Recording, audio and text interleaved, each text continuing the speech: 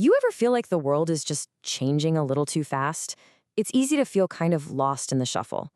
We're always told the answer is to compete, to keep up with the tech, but what if that's the wrong race entirely? In this explainer, we're going to explore a different path, one where connection, not competition, is what actually gets you ahead. Does this hit home? That feeling that you're kind of out there on your own, trying to find solid ground while the ground itself keeps moving? Yeah, you are definitely not alone in feeling that. That feeling is really the starting point for everything we're going to talk about today.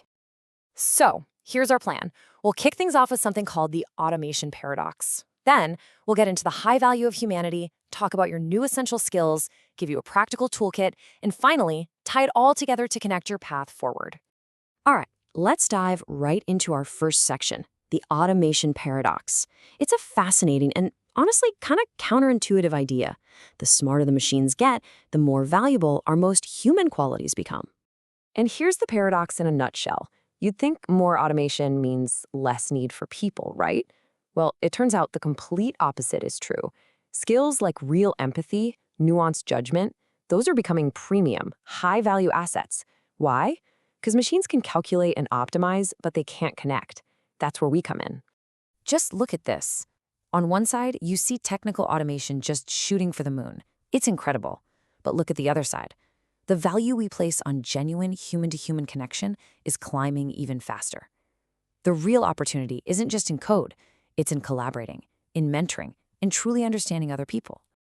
And that leads us perfectly into Section 2, the high value of our humanity. The thing is, we're biologically wired for connection. And that's becoming a superpower in a world that, ironically, feels more and more disconnected every day.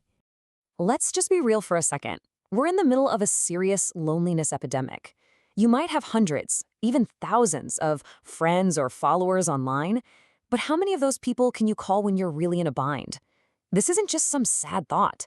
This lack of true belonging actually messes with our health and our ability to think straight. Because this is what a real community gives us. And it's something no app or algorithm can ever replicate. It's that feeling of belonging. It's accountability, having people who have your back. It's sharing a purpose, a meaning. And maybe most powerfully, it's the experience of being truly deeply seen for who you are. So, okay, if that's the problem, what's the solution?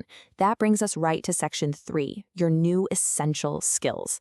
And we've got to stop calling them soft skills. That term is so outdated. These aren't optional extras. These are the absolute core abilities you're going to need to thrive. We're talking about the skills that AI just can't touch. Deep listening, real empathy, simple presence, just being there with someone, and even vulnerability. And you know what the best part is? You're not just born with this stuff. These are all skills you can actually practice and get better at. Let's just zoom in on one of these for a second. Deep listening. This is so much more than just not talking. It's about being fully present, listening for the feeling behind the words. We're all so guilty of just waiting for our turn to talk, right? Deep listening is the opposite. It's trying to truly understand. This one skill can literally change every relationship you have. You know, how we use these skills really matters too. Think about it like a hierarchy of connection. At the very top, the gold standard is in-person time. It's the highest fidelity. Way down at the bottom, you've got text and email.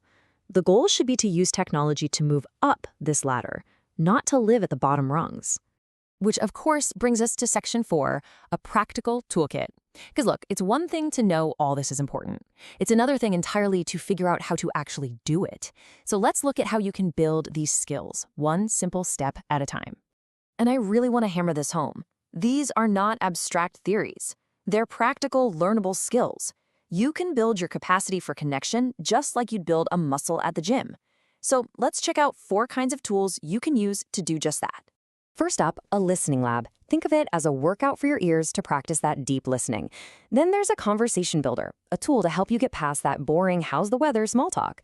You can also be a community designer to intentionally build or find groups that really resonate with you. And finally, a boundary keeper, which is all about learning to protect your time and energy for the connections that truly matter. Okay, let's bring it all home. Our final section is all about connecting your path forward. This is where we take all these big ideas and turn them into a personal roadmap for you, not just to survive what's coming, but to absolutely thrive in it. Now, here is a key insight I want you to carry with you. Real, genuine connection is impossible without vulnerability.